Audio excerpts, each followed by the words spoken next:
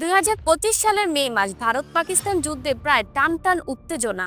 যুদ্ধের দামান প্রায় বেজেই উঠেছিল, কিন্তু শেষ মুহূর্তে এক চমকপ্রদ যুদ্ধবিরতি সবকিছু বদলে দেয়।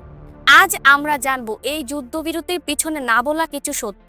এপ্রিলের শেষ দিকে জম্মু ও কাশ্মীর সীমান্তে শুরু হয় তীব্র গোলাগুলি। দুই দেশের সেনাবাহিনী একদম মুখোমুখি চলে আসে। পাকিস্তান দাবি করে ভারত লাল লাইন অতিক্রম করেছে। পরিস্থিতি এতটাই খারাপ যে আন্তর্জাতিক পর্যায়ে হস্তক্ষেপ করা হয়।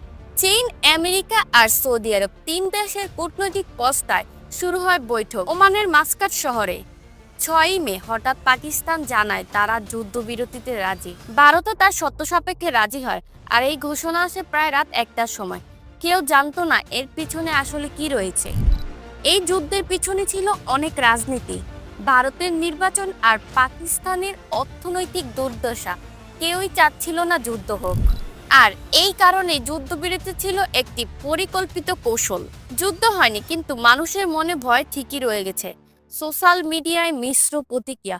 কেউ বলছে শান্তির জয়, কেউ বলছে সময় কিনে নেওয়া মাত্র, ভবিষ্যৎ আরো বিপজ্জনক হতে পারে। এই যুদ্ধবিরতি হয়তো আমাদের রক্ষা করেছে একটি বড় বিপর্যয় থেকে, কিন্তু প্রশ্ন থেকেই যায়, এই শান্তি কতদিনের? আপনার মূল্যবান মতামত অবশ্যই কমেন্ট বক্সে জানাবেন।